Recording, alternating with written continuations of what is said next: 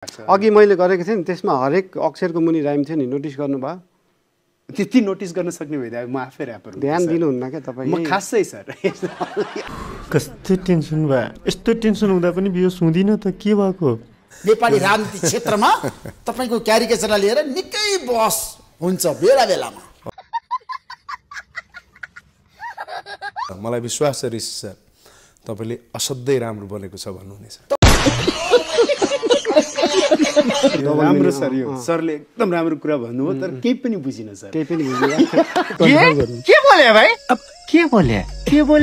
के छ थाहा बोले तपाईकै वरिपरि यो चलचित्र घुमेको छ घुमेको छ वा सिधा गएको छ त्यो आफ्नो ठाउँमा छ घुमेको छ वा सिधा गएको छ त्यो आफ्नो ठाउँमा छ केटाहरुमा डिस्कसन के हुन्थ्यो भने भाइ सेकेन्ड को डिसाइड गर भाइ फर्स्टमा यो clear oh my god wow 8 क्लासमा त म कहाँ शाहरुख खान जस्तो भइसकेको थिए त ए त्यति बेला लेदर ज्याकेट लाएर हिँड्छ कन्फिडेन्स हेर्न भाइ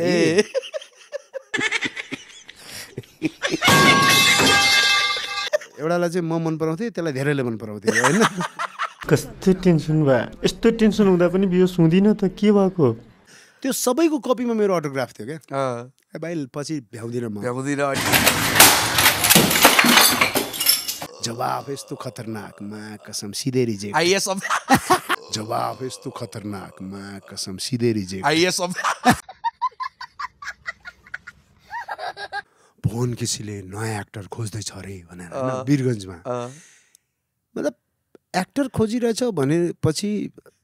मेरो दिमागमा के आयो भन्दाखेरि किन खोज्ने भेटाइसक्यो त मै त हो त्यो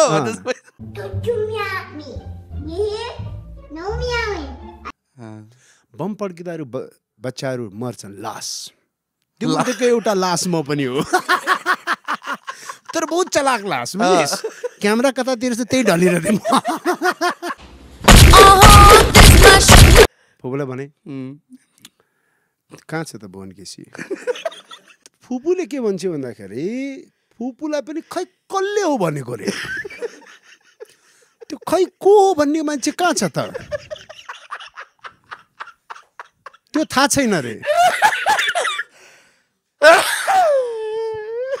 जुन स्पिडमा आएको थियो नि म बस त्यही स्पिडमा फेरि फर्के